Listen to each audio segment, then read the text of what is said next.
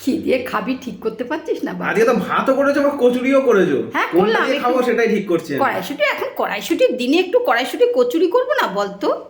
একটা কড়াইশুঁটি কচুরি খাচ্ছি না তোমার প্রথমে, খা। একবার খাস্তা খাস্তা কচুরি করেছো মা, দেখো। হ্যাঁ হ্যাঁ হ্যাঁ, খুব সুন্দর হয়েছে কচুরিগুলো। এরকম পুরো গোটা কড়াইশুঁটির সঙ্গে এরকম একটা আলু নিয়ে নি, পুরো এরকম এইরকম এরকম রোল করে পুরো খেয়ে নেবো। কিরকম হয়েছে খেতে? তোমার রান্না খারাপ হবে একটা হতে পারে?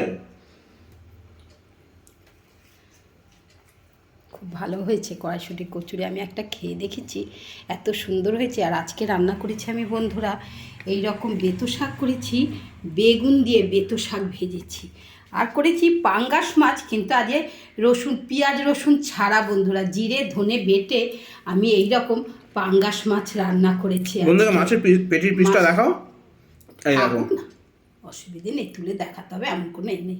এই দেখো। হ্যাঁ হ্যাঁ, ওহ, পেটি খেতে আমার ছেলেও আমার ভালোবাসে, পেটির কর্তাও খুব সামনে কোনো ভালোবাসে। কথা হবে না, আবার নে, মা ঠিক আবার আছে, এরকম মুড়োও দিয়েছো। থাকুক, আর দেরি করিস নি, খা মন ভরে খা। তো শাকটা অনেকটা দিয়েছো।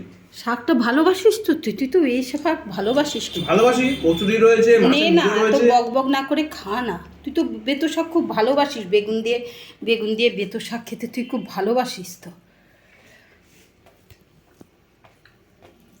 তুমি একটু ঝোল ঢেলে দাও না।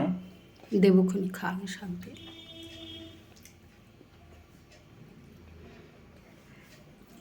শাকটাও খুব সুন্দর হয়েছে মা, জানো তো, বেতো শাক ভালোই হয় খেতে। খুব সুন্দর লাগছে।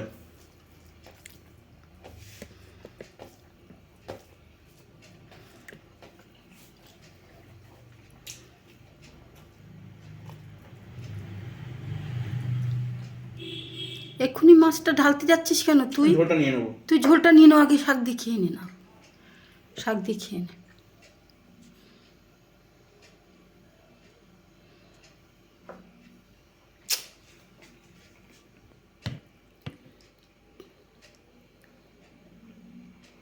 সবসময় যে মুড়োটা হাতে করে কর, দুম করে পড়ে যেতে পারে। সবসময় যে পেঁয়াজ রসুন দিয়ে করলেই যে একটা বেশ ভালো হয় তার হুম, কোনো মানে নেই। এই আজকে তুমি যে ইয়ে দিয়ে করেছো, জিরে দিয়ে, এটাও ভালো হয় খেতে। আচ্ছা মুড়োটাকে আবার এরকম ভাবে পিস করে নিয়েছো তাই তো? হ্যাঁ হ্যাঁ,